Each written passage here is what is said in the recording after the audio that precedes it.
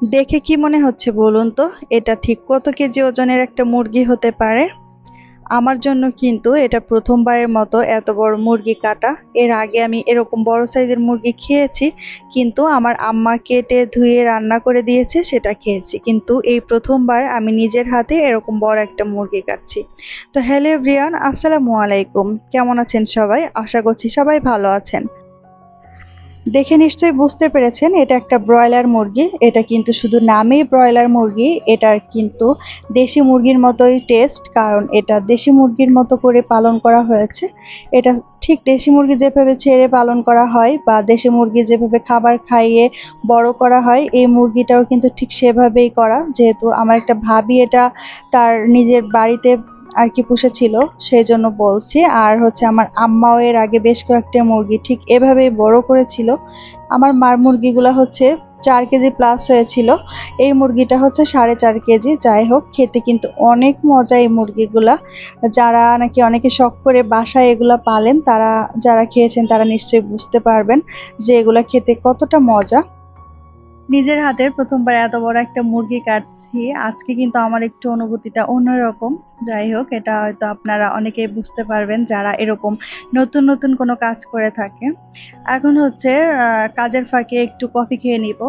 এই যে দেখতে পাচ্ছেন আমি একটু কফি নিয়ে নিয়েছি। এটা কিন্তু মিক্সড যে কফি, এটা একদমই পছন্দ হয় না আমার, একদমই ভালো লাগে না খেতে। তারপরেও বাধ্য হয়ে খাচ্ছি, যেহেতু অপশন ছিল না, এটাই ছিল। যাই হোক, ভালো না লাগলেও একটু মুড ফ্রেশ করার জন্য হলেও খেতে হচ্ছে, এই আর কি। তো আপনাদের সাথে আরেকটা জিনিস শেয়ার করি, এটা হচ্ছে আমার মা পাঠিয়েছে। আসলে মা মেয়ের সুবিধার জন্য কিন্তু অনেক কিছুই করে থাকে, তার ভিতরে এই একটা, এটা হচ্ছে জাল। এটা হচ্ছে গ্রামে মাছ ধরার যে জালগুলা থাকে সেগুলা।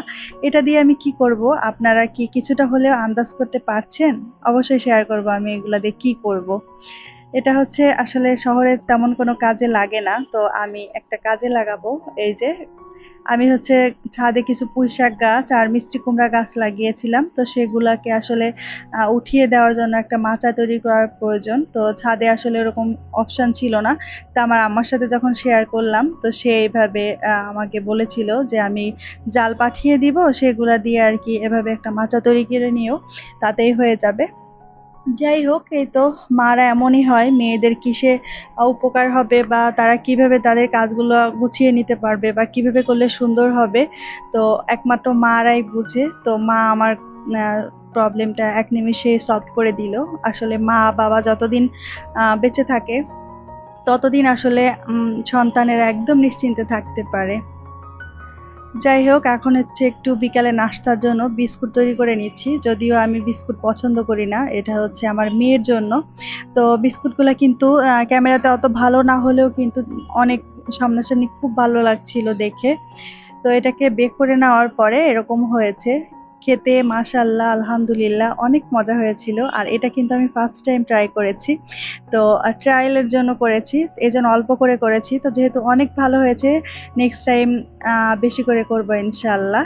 তো আজকের ভিডিওটা আপনাদের কাছে কেমন লাগলো প্লিজ কমেন্ট করে জানাতে ভুলবেন না। তো আজকের ভিডিওটা এতটুকুই ছিল। দেখা হবে, কথা হবে নেক্সট ব্লগে। সেই পর্যন্ত সবাই ভালো থাকবেন। আল্লাহ হাফেজ। আসসালামু আলাইকুম।